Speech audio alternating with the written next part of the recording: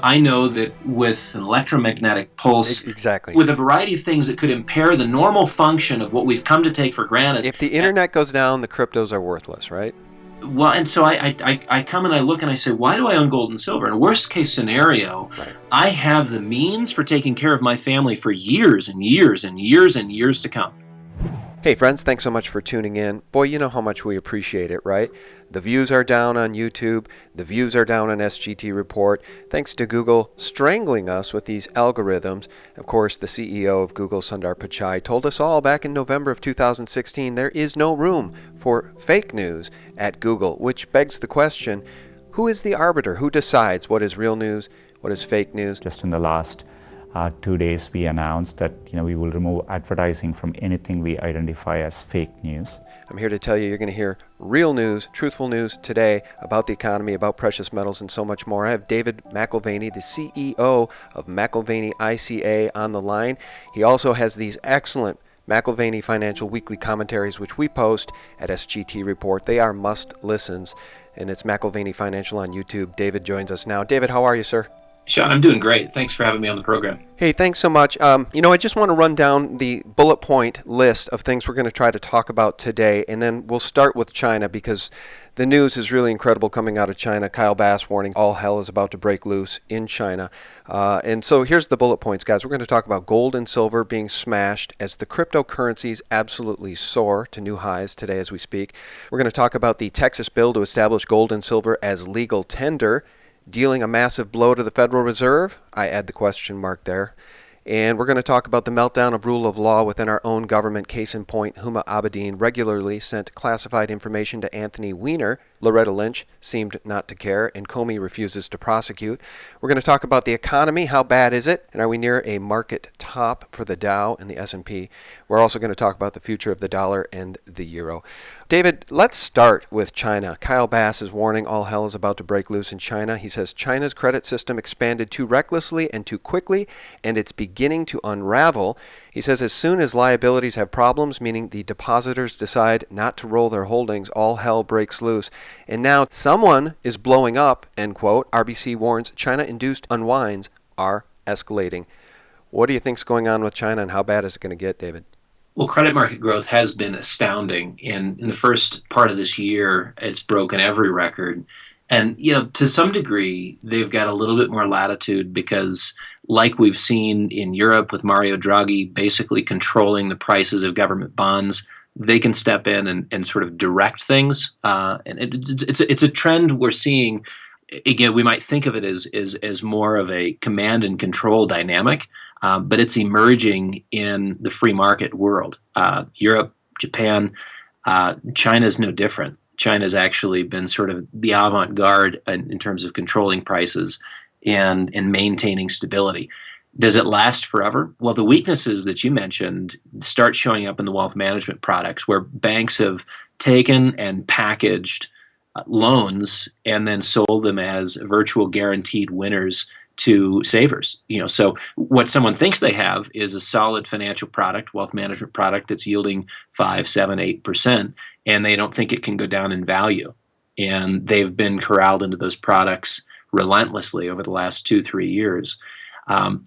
So much shadow banking has occurred in China, where basically, as the government says at a certain point, we need to tap the brakes a little bit, slow down credit growth. Most of the traffic just goes sort of off market. So still continuing to see an increase in shadow banking in China. What we see today, big declines in iron ore, big declines in steel. Your industrial commodities are telling you something is not right. Dr. Copper, worst drop in 19 months. And what does that say? Yes, we have growth concerns for China, but are we really talking about Dr. Copper being more of a global barometer? That's very possible. So I don't think in an interconnected world you can ever look at a place like China and say, well, what happens in China stays in China. The reality is what happens in China will be felt other places, and your industrial commodities are sending a pretty clear message that all is not well. Listeners of my program, listeners of McAlvany Financial weekly commentaries certainly know all is not well. And we see the Dow and the S&P soar ever higher to nosebleed levels. And it seems that the powers that be would like the American people, to believe all is well in the economy. How bad is it, though, really? How bad systemically is the U.S. economy? And are we near a market top in the Dow and the S&P? Well, I mean, let's look at what's been driving some of the growth. You've had a greater and greater sort of clustering of interest in the stock market. When you look at Facebook and Amazon and Netflix and Google, which is now Alphabet, basically a third of the move year to date up through the end of April, a third of the move in the S&P has come from these names, and it's a question that is starting to be asked. I saw an article from Barron's even asking, is the collective PE of the FANGs, is the acronym for those companies, is a collective PE north of 90 an indication of this bull market being long in the tooth? And I think the answer is it's obvious. It kind of speaks for itself. Looking at a variety of valuation metrics, we're the second or third most overvalued stock market today in stock market history. That doesn't give you any indication of when the market rolls over, but it does let you know that over the next 5 to 10 years, growth is going to be at a much slower pace. In fact, you could probably be looking at zero to negative returns given where your multiples are today. So what is someone buying today? Someone's buying the greater fool theory, where you're hoping that somebody comes in and drives Amazon to even higher nosebleed section, Apple to even higher. So this is the market environment we have, where anyone who is concerned about valuations, and look, I have this conversation with my kids all the time: buy low, sell high. And it's easy to have that conversation. It's easy on the back of a napkin to draw a simple chart and say, okay, where do you buy, where do you sell? And yet that's not the way psychology works in the marketplace. People buy high and buy higher, and people sell low and just get rid of everything at ultimate lows. So, what do we see in the stock market? Feverish activity. People really are excited today. What do we see in the gold and silver market at the other end of the spectrum? You've got something of an insurance play. Who needs insurance in a perfect world? And I ask the question that you're asking repeatedly, Sean, and that is, do we live in a perfect world? You look at Asia, and not just the conflicts on the Korean Peninsula, but the back and forth that we've had for 18 months with China, Japan, Duterte, the Philippines. It's anything but perfect in the South China Sea. It's anything but perfect in Europe. We look at Le Pen, and she's more and more looking at like the likely winner. What does that change in the EU? What does that change for the European Monetary Unit? We've got massive shifts underway in Europe and in Asia, bringing it back to the United States. Your question, where are we at economically? Larry Fink, who's, I don't know if it's 4 trillion or 5 trillion, it's some big number, very big number that BlackRock oversees. And Larry Fink, 4 weeks ago, was saying, look, I think there's some issues, very, very big issues in the U.S. economy. And one of the things that he was looking at is weakness in the auto sector. Well, now we've got fresh numbers in on that. 4th month in a row declining. Now we have banks that are starting to pull back from their auto loan businesses, and that was a source of significant growth in the consumer lending space.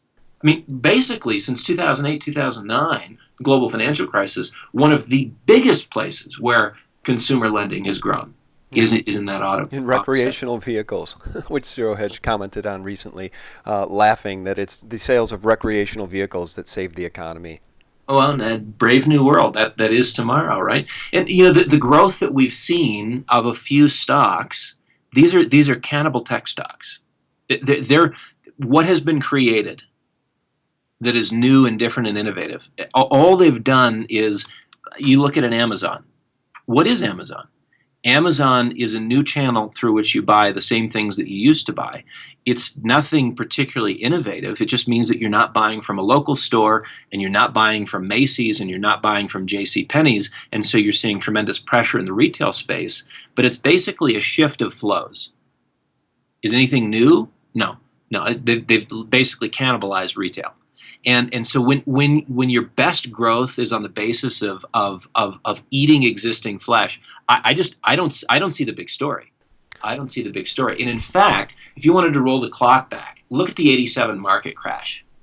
and look at the backdrop issues that were there, right? Obviously, derivatives were in vogue in the 80s, and they looked at that as a cure-all.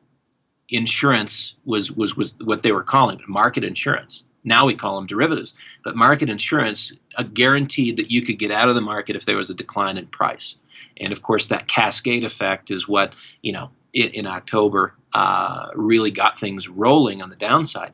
But just before that, you've got Dan Rostenkowski, who was head of the House and Ways and Means Committee. And what was he talking about? Talking about disallowing deductions on takeovers. You had Jim Baker, who was pounding the table, slamming Germany for all the things that they were doing wrong. And that's on the 18th of October. And the market starts to fall to pieces on the 19th. I think there's so many things when you look at the morass back in D.C., which could be a trigger. And honestly, it doesn't matter what the trigger is. It doesn't matter what the trigger is. But we've got wrangling over the budget. We've got wrangling over when we run out of money. And it's all of these things, speculation as to which tax cuts are going to need to be made. Who are we going to favor? Is it going to be a re-implementation of Glass-Steagall? Are we going to do away with carried interest, which hits the hedge funds, which takes the stuffings out of the leveraged speculative investment community? And does anyone have an opinion on Germany today? Does anyone have an opinion on France today? We've got Marine Le Pen, who this week, classic quote for the weekend. Classic quote. She says, in any case, France will be governed by a woman. Me or Madame Merkel? Yeah. And I think this is an environment that is ripe for putting in a market top from a valuation perspective. And all you're really talking about is collecting a mass of investors to say, actually, the world is not perfect. The world is not perfect, and we shouldn't be all in on our bet for U.S. economic growth and global economic growth. Maybe we should be hedging our bets. Yeah, well, the world is so incredibly dangerous, and those of us that have been intelligent enough to try to hedge our bets and have been buying physical precious metals have been beaten down and insulted and salt poured in the wound for going on 6 years now, I guess. And speaking of speculation, I'm going to play some high-octane speculation from Joseph P. Farrell here in a second about a Texas bill to establish gold and silver as legal tender, dealing a massive blow to the Federal Reserve, question mark, which I add. But before I do that, let's talk about gold and silver being smashed relentlessly by the powers that be as the cryptocurrencies soar. And I have to share this merely because it's absolutely so stunning. We see piles and piles and piles of money, planet-wide, fiat currency, chasing whatever, stocks, I guess not precious metals, but these cryptocurrencies.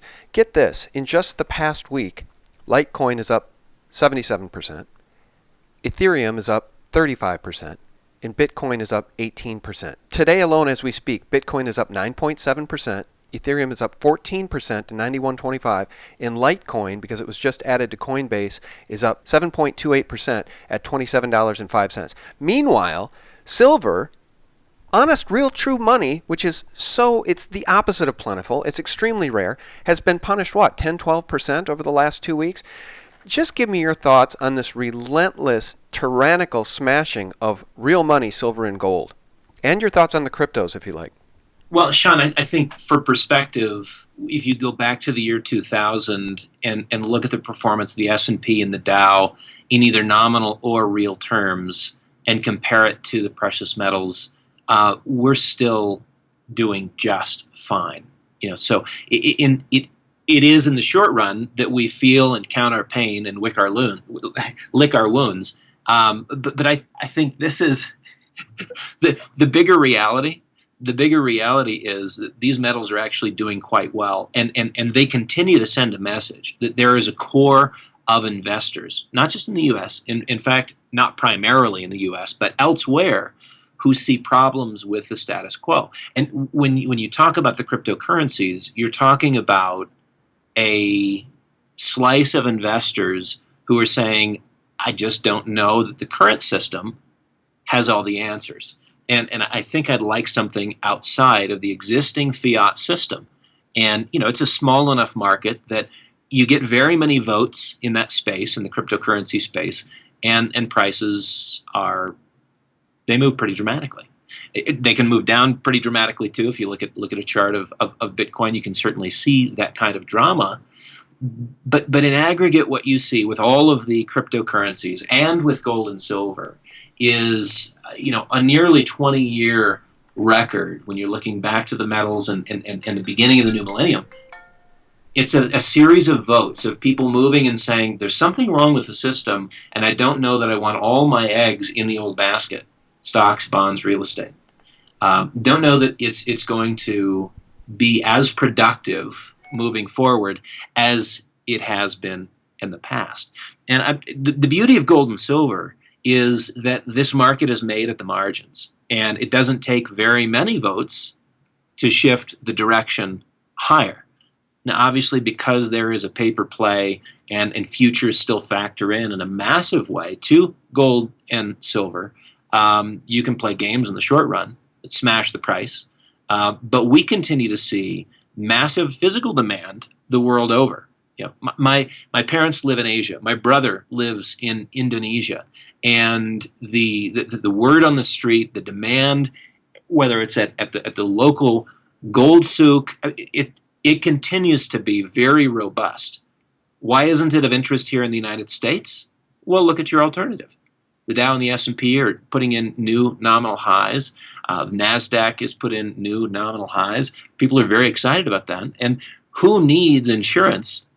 Who's thinking about the apocalypse when the Dow's at all-time highs? Because after all, we know that the stock market is a discounter of the future, right? So if it's at all-time highs, we should be rolling out the red carpet for the world's greatest growth story ever. Right. And yet I think you and I would probably ask the question, is the market really that efficient? I actually don't believe it is. No. Well, I think here's the problem. The salt in the wound for those of us that own precious metals is watching everything else skyrocket to new all-time highs. Be they cryptocurrencies, name the cryptocurrency, it doesn't matter. They're all hitting new all-time highs. The Dow, the S&P, the NASDAQ, everything's hitting new all-time highs. And because the powers that be do not want people to turn to honest money for insurance, right, to hedge against an apocalypse, an economic apocalypse or otherwise, they continue to throw endless amounts, literally endless amounts of digital or phantom precious metals at the market to quell the price and meet demand. And so it's a ruse, it's a spell, it's a magic trick, and it's telling, at least, it's not telling you and me, I mean, we know what's going on, but it's telling the average Joe that precious metals are a sucker's bet. And I just want to read this to you. I want your thoughts, and we're going to play this clip from Joseph P. Farrell. Texas bill to establish gold and silver as legal tender, dealing massive blow to Federal Reserve. This comes from freethoughtproject.com. And if you don't mind, I want to play a 1-minute clip here from Joseph P. Farrell, and I think he will spark further conversation about this bill. I'd like to hear your thoughts on what Joseph says here. I suspect that also, if you are taking the long range view of what these states in the United States are doing, there may be people looking way far down the line and saying we are headed for a debt jubilee. In other words, a complete debt forgiveness. And if that happens, if somebody presses the reset button, we have to have some sort of physical media of exchange to secure our future. This is what I really think is going on. And if you recall, a few days ago I blogged about a cashless society, and that it really in the long run is going to be an unworkable thing. You're going to see the rise of regional local currencies if that happens. So I think what we're looking at here, again, this is high octane speculation, folks. I would have to know a heck of a lot more about this bill in Texas and why we're seeing so many of these types of bills coming out of Texas, coming out of the American Southwest. There's some sort of movement here, folks, that we're not being told very much about. All right, I'll pause it right there. That comes from Giza Death Star Community. That's Joseph P. Farrell's YouTube channel, posted here May 4th. As we have this conversation today, Thursday, May 4th. Your thoughts on anything regarding this move to establish gold and silver as legal tender in Texas, or anything Joseph just said there? Yeah, I think there's a couple of issues which I might want to offer minor critique, and that is that the USAID was the group that was behind the latest policies within the Indian government when Modi changed his cash, brought in all your high denomination bills, and has created an artificial scarcity of cash. Today, we have friends that live in India, and you cannot get enough cash out on a daily basis to take care of your family needs, just for groceries and fuel. And it is absolutely ridiculous what's happened, right? And you'd say, well, of any place in the world where you could not pull off moving towards a cashless society because everything in the economy is based on cash, you could never pull it off in India. And that's exactly where they're experimenting with it. They're experimenting with it in the place that it would be hardest to pull off, and they're making decent strides towards it. They're making decent strides towards it. When you look at the global banking community, shifting gears to the idea of debt jubilee, you look at the global banking community, and their assets are debt instruments. So the notion of a debt jubilee, unless you're willing to sacrifice the global banking community, because again, eliminating debt is essentially wiping out the assets of the global banking community. Unless you're willing to do that, that's what's at stake. I don't see that happening either. You don't see that happening. I don't see it happening either, because then they would give up their stranglehold on humanity, right? That's right. They're not going to relinquish their stranglehold on humanity. This debt-based system, they're going to try to keep it propped up no matter, with bail-ins. They're going to take people's retirement accounts, their pensions. They'll probably start charging us to breathe the air here soon. They're not going to stop. I guess philosophically, and practically, I see some things from a different perspective. When the Curse of Cash was written this last year, and you started to see sort of academic sponsorship of the idea of eliminating cash, not only high denomination bills, but ultimately eliminating cash altogether. This is Ken Rogoff's project, and you've got a bunch of people who are in advisory positions now, that would say it just doesn't make sense to have cash. We need to move to an all digital debit and credit system. That's called capture. That's called corralling. That is what puts the powers that be in a position to be able to extract value from savings. And to me, that is a trend that has been in motion and is accelerating. And the sad but true fact is that Donald Trump represents both our greatest hopes for change, but I think also holds our greatest disappointments. For the more things change, the more they stay the same. I think we're actually going to see an acceleration of the trend towards a cashless society under the Trump administration. And, I'd like to see individual states make great strides, whether it's Texas or Utah. I know we have a senator here in the state of Colorado, Kent Lambert, who's proposed a number of things relating to gold. Haven't gotten the traction that they needed as of yet. And I think the reality is we are a debt-addicted culture. We have a president, in fact, who built his fortune through the multiplication of debt and taking advantage of the tax code. And I don't fault him for that. He played by the rules that exist. But nevertheless, it was built on the use of a leveraged real estate portfolio. Are we likely to move towards a deleveraging on a voluntary basis? I don't think so. I think all the world's central banks have basically communicated to you that they are going to defend against a deleveraging at all costs. Right. At all costs.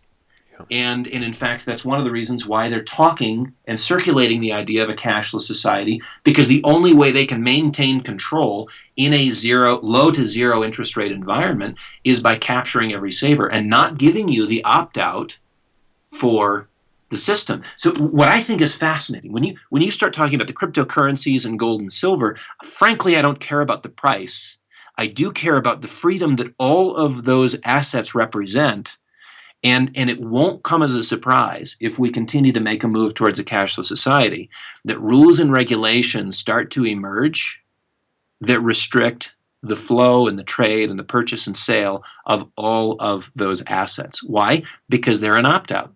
They're an opt-out. And the system has already told you. Ken Rogoff has already told you. we're eliminating opt-outs, and cash is the chief among them today in terms of its popularity. But as people find that limitation become obvious, they'll be looking for other things. What does that mean? It does mean there'll be growing interest in the cryptocurrencies, growing interest in gold and silver. But with that comes political risk for every one of those asset classes. So I would say to you, as an investor in gold or silver, and maybe I'm just speaking to myself here, because I am an investor in gold and silver. We've been in that business for almost 50 years. In fact, we were one of the first businesses, 1972, several years before it was legal to own gold. We found a loophole to sell bullion into the marketplace. Another story for another day, but I think an individual should ignore the price as much as they can psychologically and emotionally, and look at the asset class as something that carves out your autonomy within a system that wants to control and push and corral you more and more. What is the value of something that gives you freedom? Do you care about how it fluctuates on a day-to-day basis? I think you've missed the point of ownership if you don't see it in the proper context. Right. Yeah, and I've been making more commentaries and videos lately mentioning the cryptocurrencies. About a year ago, I mentioned that it may be a good idea for people to diversify their portfolios just a bit and dip a foot in the pool, get your foot wet with these cryptos in case they go on the tear that they're going on now. And I've always been suspicious of the cryptos, sort of half wondering if what's really been going is an operation to introduce these to essentially brainwash people into accepting cashless currencies, right? To get us away from cash and into digital currencies. And I'll share this article with you just because I've read it recently in a video I did about Ethereum and Bitcoin, because I think it might speak to the fact that I'm on the right track here. This article comes from CoinDesk. It says, the UN wants to adopt Bitcoin and Ethereum, and soon. Get this. The United Nations is in the final stages of what could be one of the most epic blockchain projects of all time. After successfully using the Ethereum blockchain to transmit Pakistani rupees to 100 people earlier this year, the UN's World Food Program is arranging extra security to ensure it safely executes the next stage of its work. And it goes on to talk about this pilot test with Ethereum and Bitcoin.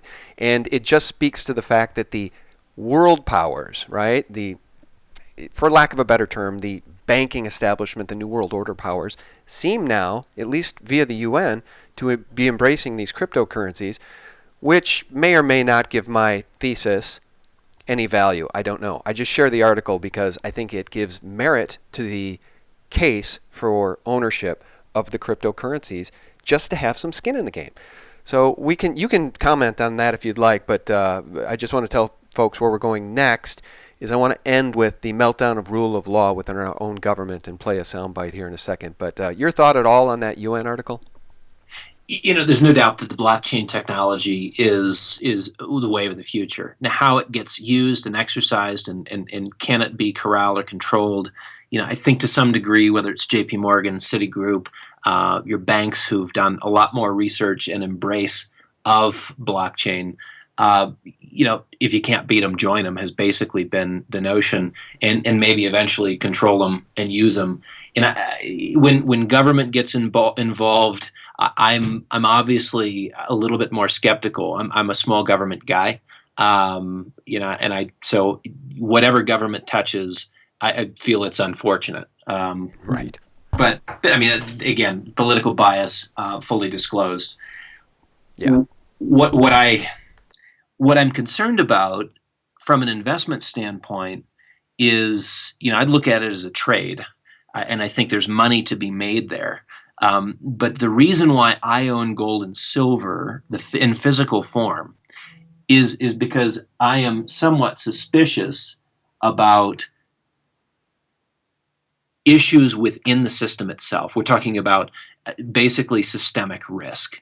And I don't know that blockchain and its various expressions in the cryptocurrencies does enough for me in terms of getting me out of harm's way. Right. I know that with an electromagnetic pulse, exactly. I was just going to say that. With a variety of things that could impair the normal function of what we've come to take for granted. If the internet goes down, the cryptos are worthless, right?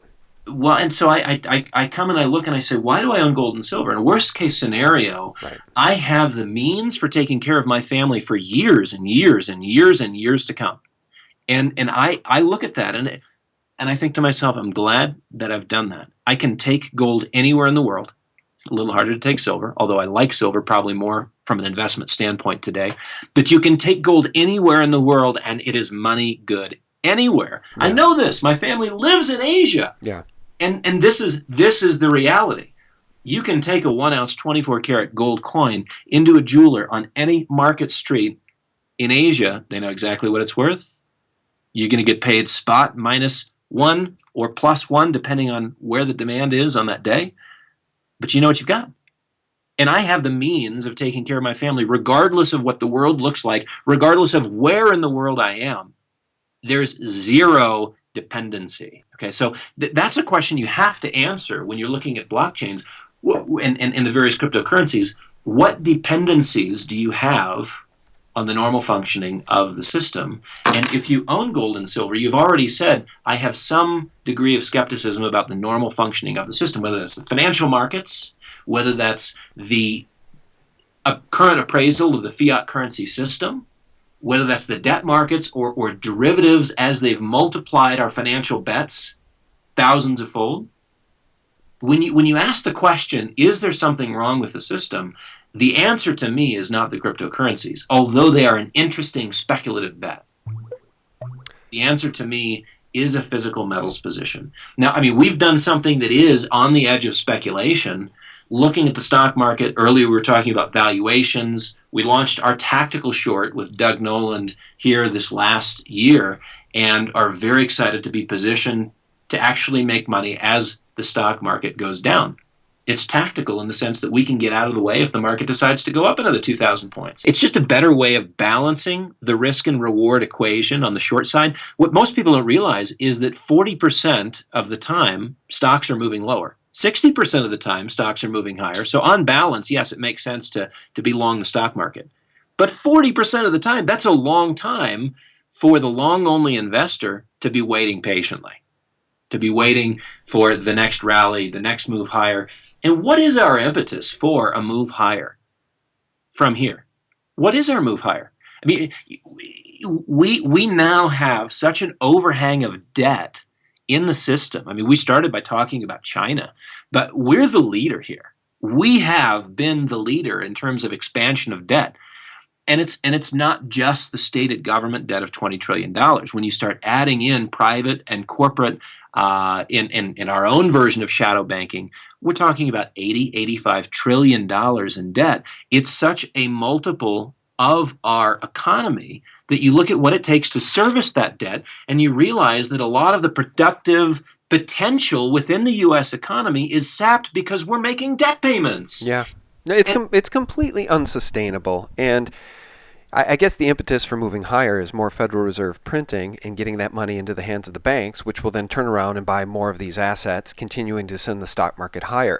I mean, but as we try to time the market with any of these short vehicles, any of these bear type vehicles that you mentioned, you have to time it. And if you time it right, like 2008, right at the crash, you can ride them down and make tons and tons of money. The problem is the timing. When the enemy of us, the enemy of freedom and liberty, and the enemy of a free market are these banks and the manipulation of these markets. Pretty darn hard to time it when you're up against a well-heeled enemy like that, which I think leads us nicely to the last topic of the day here.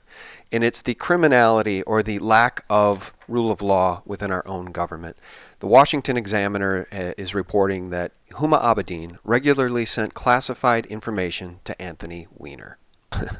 Loretta Lynch evidently went out of her way to make, well, I'm not even going to give it away. Let's just play it. It says, this is from Stock Monster on Twitter. Kaboom, Lynch stated she would do whatever it took to prevent charges from being brought against Hillary.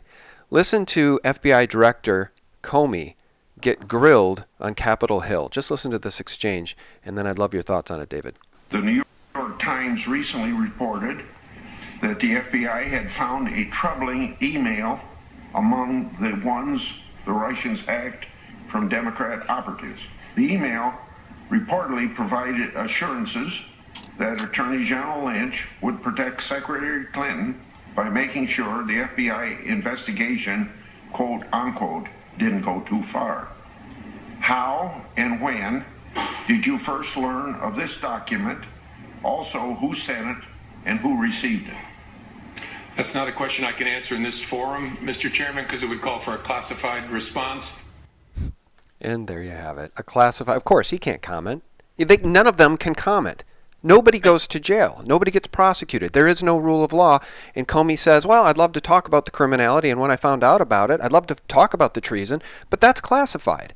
Right. How about Susan Rice refusing the Senate request to testify in the Russian hacking? No, it's unbelievable. And the Russian hacking, fake news, this is the whole reason Google, it's a straw man to go after Truth Media and to shut us all up. Everything is built on a straw man now in this country, including the economy, including the stock market. It's all a charade.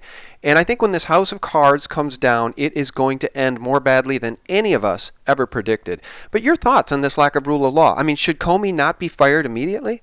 I think we're making third world political corruption look good.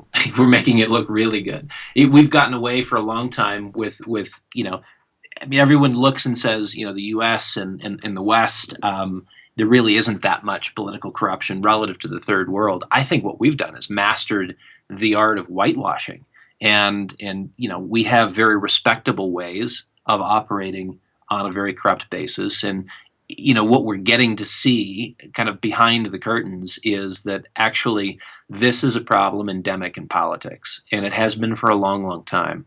And there was an outcry here in the United States back in November, which said, we know it, we have an instinct for it, we can smell something slimy back in Washington, and if this guy is going to clean things up, we're going to vote for him. The reality is, he's just brought in more establishment people, and that's been sort of a disappointment since November. So the greatest hopes and expectations for positive change and a draining of the swamp and a cleaning up of political corruption, is that actually going to happen? So far, nothing has happened. So far, in the first 100 days, you've had an agenda which was bold and brash, basically amount to nothing. I mean, no big victories. No big victories, including cleaning up the swamp and draining the swamp, right? Because that was at the heart of the campaign was, I'm going to drain the swamp. The corruption, which we know is there. And he brought this out throughout on the campaign. Trump made it very clear that these emails were ridiculous, that somebody had to look at it. We needed to have major inquiries. Special prosecutor for Hillary. Yeah. Right. Where is it? No, I know. It's so maddening, and it's I know we have to wrap this up here soon, but I just want to say this because if you were in a relationship, or if any of the listeners were in a relationship with anybody in your life that betrayed us as badly as this government continues to betray us on a daily basis, I don't care if it's your wife, I mean, a fiance, you would end the relationship. But we can't get out of this relationship with this stinking government, and they're our partner on every transaction. Uncle Sam gets his take on every positive transaction. He gets his tax take. He gets his pound of flesh. They're our partner on everything good, and they're never there for us in times of bad, really. I mean, I'm on a rant here, but I am just so sick and tired of this corruption and this betrayal of the American people.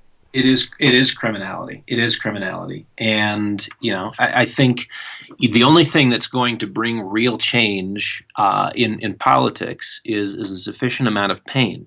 Let's just look at Saudi Arabia for just a minute. Saudi Arabia has a system where virtually everyone is employed and paid off by the state, and there's the potential for massive political change there, except that everyone's bought and paid for, and nobody really cares as long as they get their slice of government cheese. Their government cheese happens to be sort of aged Gouda as opposed to our Velveeta. I mean, it's right. It's a different thing when you're dealing with oil revenues, but the everything is held together by the flow of cash. And I think today people just don't care, and they're not going to press the issue as long as the stock market's moving higher and as long as we're making money. Nobody's going to ask any hard questions. When you see the tide come out in terms of the Dow, the S&P, NASDAQ, all of a sudden people look at the world in a very different way, and they get much more sharp in their criticism of everything and everyone. Right. When did we have Glass-Steagall come into play? When did we have major reforms on Wall Street? It was in the aftermath of the Great Depression. If you look at the Roaring '20s, nobody wanted to take away the punch bowl. Everybody wanted to participate in the party, and frankly, I mean, it was a really spectacular thing, 1921 to 1929. Only in the context of pain was there deep reform. And I think there is going to be deep reform. I think it's ironic that, one of the guys who has had some influence into the current White House staff, Neil Howe, if you go back and read Neil Howe and William Strauss's book, The Fourth Turning, they make the case that you don't have any real reform until you get to the end of a long-term cycle. And then you've got a lot of big questions that are being asked, but they're being asked, and the risks that are being taken to bring about real change, whether that's political change, economic change, reform within the financial system, it's all being asked by people other than the people who are responsible for the destruction which takes place. You got to look at that book.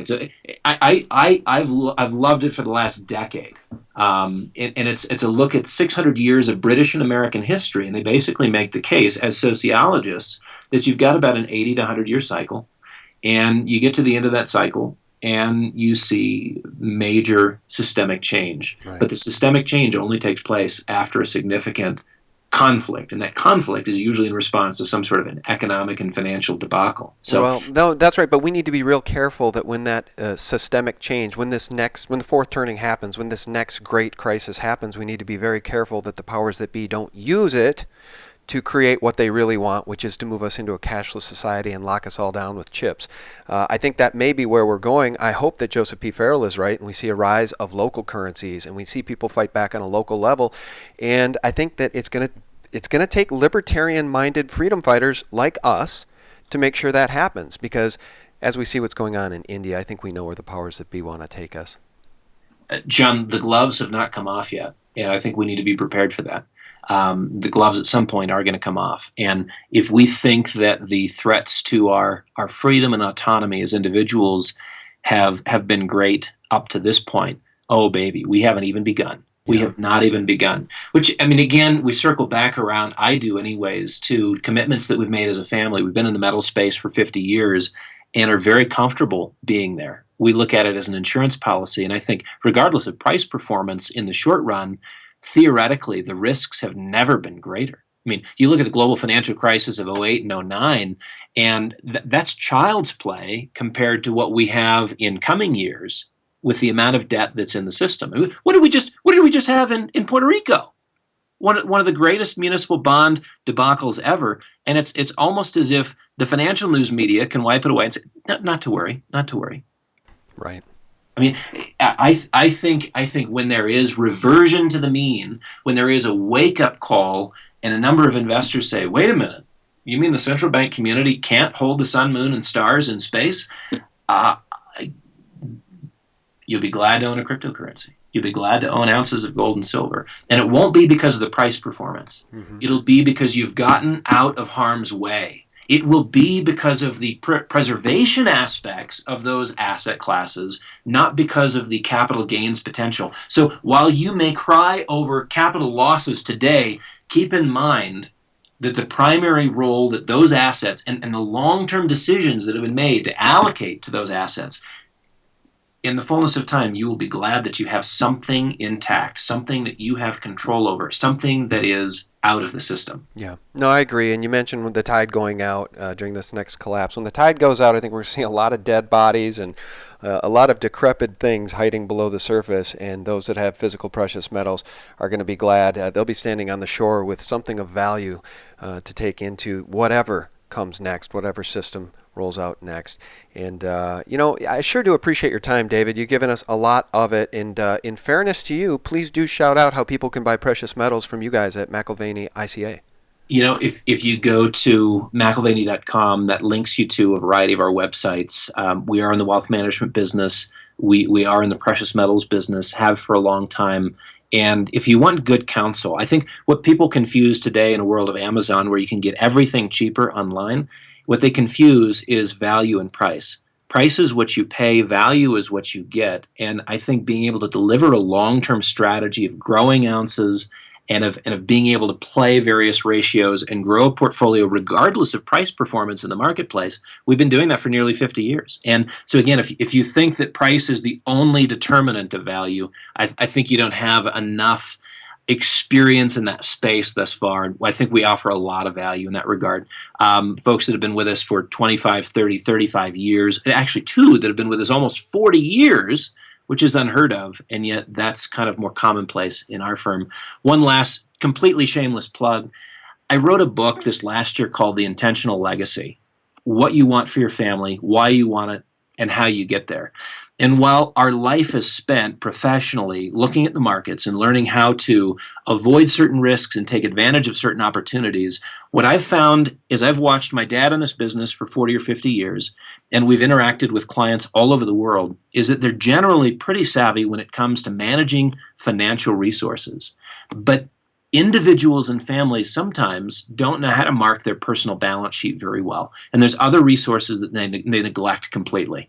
And Sean, as much attention as you bring to change, which may be of a negative nature in the future, I think individuals need to focus on what they can control in their own lives. Your physical health, your mental health, your spiritual health, and the resources that you have available to you. Are you adequately managing those things? Because quite frankly, those aspects are what allow an individual to get through any amount of difficulty. I mean, take this simple example. When the proverbial stuff is hitting the fan, you know what scientists have figured out is really centering and helpful for people? A sense of humor. A sense of humor. If you can't laugh at everything that's going on around you, as the foundations are crumbling, just understand that you don't stand a chance. It doesn't matter what you own, whether it's cryptocurrencies or gold or the perfect allocations to this or that stock, or I don't care if you're perfectly timing shorting the market. You have to manage well the other resources in your life, non-financial, I think, to exist well and flourish in the years ahead. So the book is just a call to looking at your complete balance sheet and making sure that you're adequately managing your own personal assets and liabilities. And I would encourage people to go to Amazon, check it out. We've had almost perfect reviews since we launched the book in April, and it's an intriguing look. It might surprise you that a family whose focus is finance is in our heart of hearts actually oriented to and care about something far deeper than that. Well, it's clear based on your intelligence that you were raised very well by loving parents, and I agree with you. Financial well-being is extremely important, but I think the more important thing, especially going into the bumpy days we may face ahead, is spiritual well-being. Guys, the book is The Intentional Legacy. You can check that out on Amazon, and our guest has been David McAlvany, and you'll want to subscribe to the YouTube channel if you haven't, McAlvany Financial, for those fantastic weekly commentaries. David, thanks so much for your time. I really appreciate it. Sean, we love what you're doing, and keep up the good work. Okay, I will. I'll certainly try. We'll continue to persevere in the face of Google and YouTube changing the rules by the day and right in the middle of the game. Only as a cheater would. Oh, just really bugs me right down to the core of my soul. All right, David, thanks so much. Great to be with you. You too. And guys, thank you so much for tuning in. We very, very much appreciate, especially our Patreons who have stepped up to try to give us that lifeline, that safety net, in lieu of a 95% revenue decline on YouTube as they take away our monetization options. Thank you all so very much. Give this a like, pass it around to those you care about. It's really important information that I bet your friends, neighbors, and colleagues and family would really value. God bless you all. Bye-bye. Knowing what we know, what you and I went through about the record amount of paper silver that's been created on the COMEX market, all the times in the past has invariably led to a price smash as JP Morgan just waits out the speculators, drives the price back down so they can buy their shorts back.